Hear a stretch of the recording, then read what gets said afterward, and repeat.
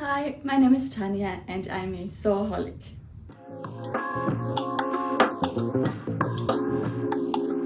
Welcome back to my YouTube channel if you have been a regular viewer, and welcome if you watch my video for the first time. Today you get the unconcealed version of myself. It's Sunday and I couldn't be bothered to put any makeup on. I just put a bit of concealer on my face, but yeah, that's me. I think we should all be real on the internet, and I'm really happy you're here. I am going to share my April makes today with you, as it is the last day of April today where I'm filming, and I haven't been sewing that much, to be honest, in April. I was away on holidays for a long weekend, and in general I just didn't have too much energy to sew. It was quite April weather here in Austria. There was a lot of rain, it was quite cold. We had a few sunny days but not too many, and yeah, the motivation was somehow lacking. But I bought quite a bit of fabric, and I will link my latest fabric haul somewhere here, because there you can see what I bought. And yeah, now I'll share with you what I made. And there are 5 pieces, including the dress I'm wearing. And this one is also the first thing that I made this month, and it is the Judy dress by Fibre, and it is in the second issue of the Fibre magazine of 2023. And I fell in love with this dress when I saw it on the cover, to be honest. And then at first I wanted to get the exact same fabric they used in the magazine, which is Fibre fabric. I think it's a cotton or a cotton mix of some kind. And then when I finally was ready to order it, it was sold out. At least on the website I had a look. And so I got this fabric, which I shared also in my fabric haul. It is a pure cotton fabric, and it has like a, I don't know if you can see, it has like this kind of texture to it. It is very nice to wear, and I'm really satisfied with my purchase. And I think it fits the dress perfectly, and it looks quite similar to the one in the Fibre magazine. And yeah, I made the size XS. And what I did was I narrowed the sleeves quite a bit.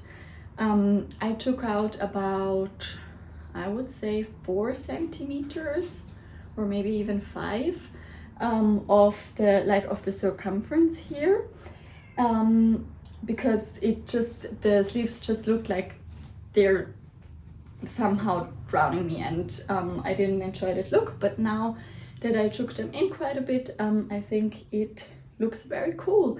And they have they're gathered on top here, and also they're gathered just on this tiny part here on the bottom of the sleeve, and I think that gives it a very nice look.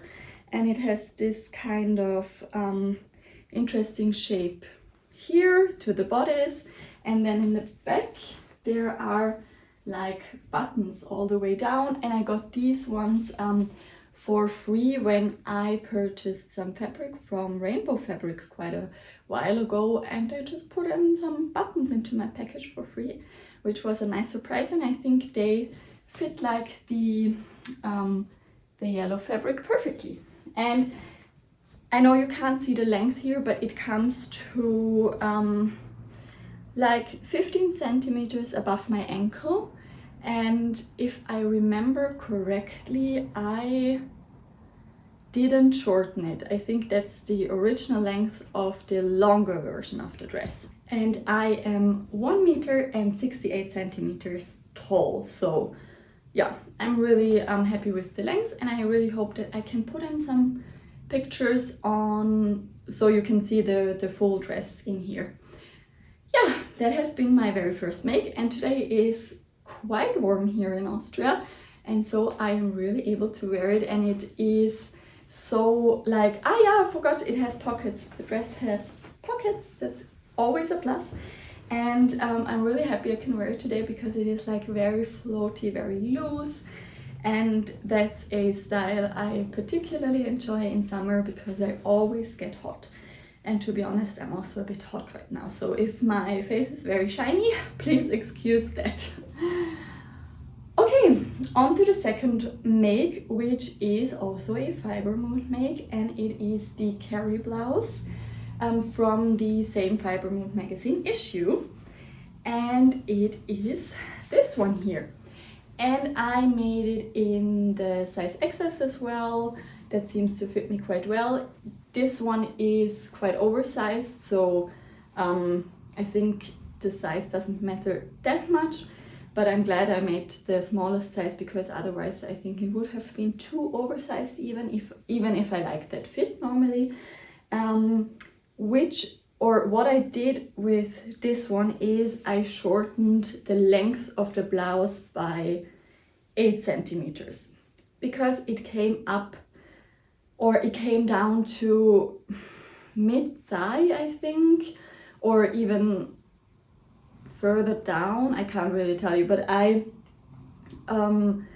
had to shorten it because I just felt it is too big for my liking. I could have worn it probably with leggings because it covered my bum and everything, but I'm not really a leggings and blouse kind of girl. I wear it with like flare jeans and that kind of stuff.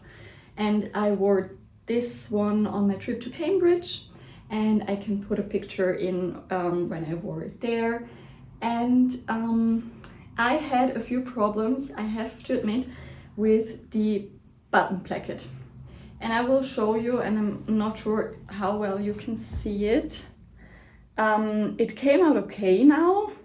I have never done a button or a, what's it called, sleeve placket, like that on a shirt before, and the instructions were not the best, I would say. And I struggled quite a bit to make that how it should look like. It's okay now, I think, but it could be better. Maybe I have to watch some kind of YouTube tutorial before I make it another time. Yeah, I went for some pearl buttons, which I think is quite a cool look on the otherwise very traditional shirting fabric, I would say. And in the back it has this kind of yoke detail, which is quite nice, I would say. And the collar is a bit big for my liking, but it's okay. I mean, it could be a bit smaller, but it's okay. I won't button it up to the top anyways, so that's fine. Yeah, the fabric is I don't know exactly, I thought it would be pure cotton. I got it from a flea market, but it pressed very badly, so I guess it's not a pure cotton. I did the burn test, and that was a bit I always struggle to interpret the results of the burn test, which is a bit stupid, I guess, because then I don't have to do it. But my boyfriend and I had a look at the results of the burning fabric, and then we looked at the book where it explained what means what, and we both agreed that we think it has to be some kind of like viscose mixed type of fabric. It's not polyester, because then it would have like melted, and it didn't do that. It burned and there was ash, but yeah, I guess it's like some kind of mix, and it probably has with viscose in it. Yeah, and so the collar is not really lying flat, and I can't press it really, so yeah. But I think it's okay. It's not my favorite make ever, but it's okay, and I already wore it once. Yeah, once. And that was a good day in Cambridge.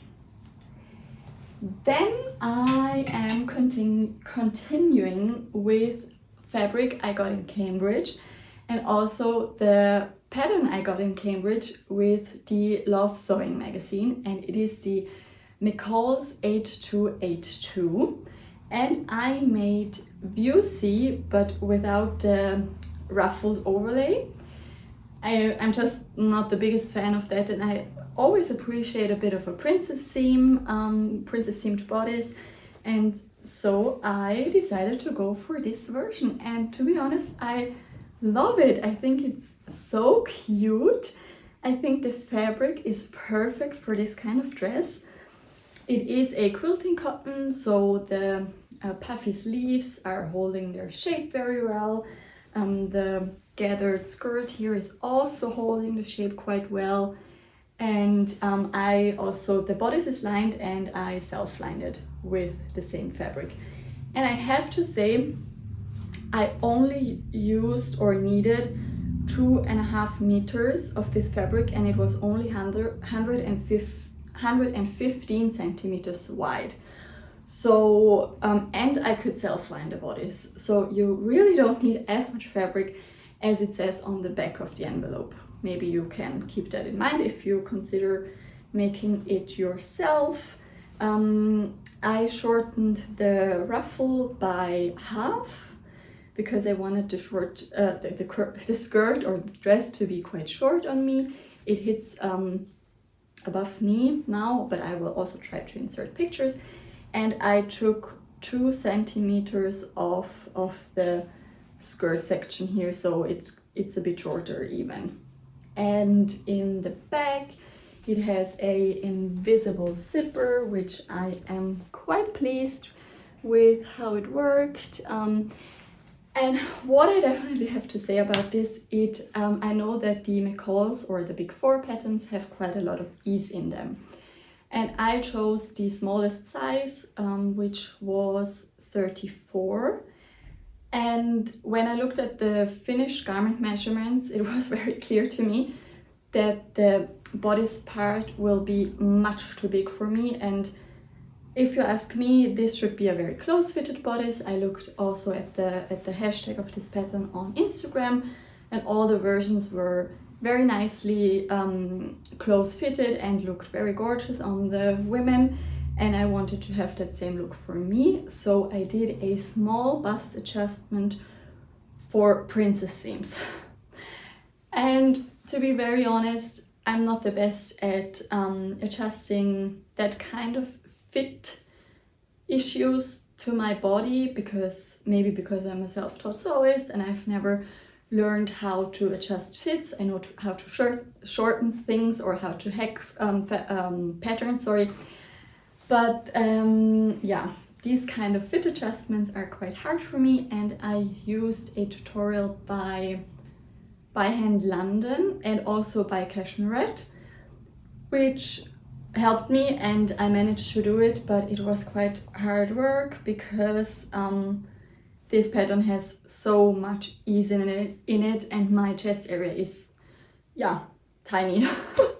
Now it fits me perfectly, and I have a whole new bodice pattern piece, or all the pieces are totally new. I had to shorten them. I had to shorten decrease the width, and yeah, it was a bit of a struggle, but to be honest, it was totally worth it. I love this dress. I think it will be perfect for the warmer month, and I will definitely make more of these patterns. So now I have the adjusted pattern pieces. There is not so much work to do on this one now, but all in all, it was a very enjoyable sew, I have to say. I just enjoy making dresses. Yeah, so on to the last garment I made this month, and I just made this yesterday, and it was quite a quick sew, I have to say. And it is the Cher skirt by NH Patterns, and I got this one on Etsy, and it is a short pleated tennis skirt type of garment, and I'm really pleased with it. I think it's super cute. I used a chambray fabric that I got at my local fabric store, and that is quite a cute style, I think. And this skirt has like also an invisible zipper here, and it is quite short, but I think it's short and sweet.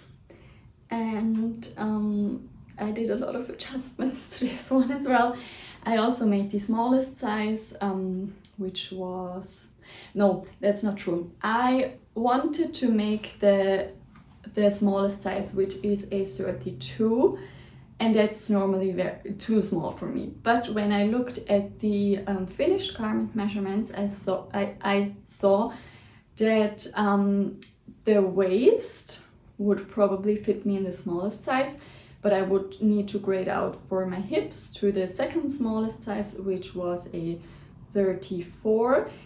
And then when it came to making the skirt yesterday, I realized that I didn't look properly at the pattern, and so I really would have needed a size 34 for my waist as well. But I had already cut the pattern in a size 32 for the waist, and then I needed to elongate the waistband for 4 centimeters, and I decreased the width of a few of the pleats that were right at the side seam here, so I came out to the normal width of a 34. That was quite a bit of a struggle, just because I was not reading the pattern correctly, to be honest. Not the fault of the pattern company at all, and I will know for the next time. In the end, I had the feeling that the skirt was quite wide at the hips anyways, and then I took it in at the hips on both sides for about a centimeter or so, and yeah, I think that was all I did for this pattern. And honestly, if I would have read the instructions correctly, I could have done it without all these different adaptations, but that is just the kind of sewing process, isn't it? So sometimes you learn from making a pattern the first time, and that's okay, I guess. And yeah, I think it's a very cute skirt, and I hope I can wear it soonish. It is very short, so I have to wait for the warmer days probably. Okay, and then there is one last, not garment, but one last piece I made in April, which is another prototype for my Etsy shop that is hopefully opening soon, and it is another ruffle bag, but this time it is a bit of a different style, a simpler style, and it is this one here. I made the pattern myself. This will also be available on my Etsy shop, and I used a second-hand fabric. It was bed sheets in the past, and I think it turned out very cute. And here I embroidered a small flower as a little detail, and the bag looks similar or the same from the back, and it fits quite a decent amount of stuff for when you go to the supermarket or the farmer's market on the weekends. And I definitely have to make one for myself in the future. Okay, that was everything I made in April. I hope you enjoyed the video. I think it was quite short and sweet, and I really enjoyed making these pieces. I hope you have a lovely weekend, or had a lovely weekend. We are having a bank holiday on Monday as you're seeing this, and I'm enjoying another day off. So if you like the video, then please give it a like. If you enjoy my content, then please consider subscribing. I'm so grateful for everyone that is commenting also down below. I really love chatting with you, and the sewing community is just so lovely. I hope you have a great day, and I see you soon in my next video. Bye guys!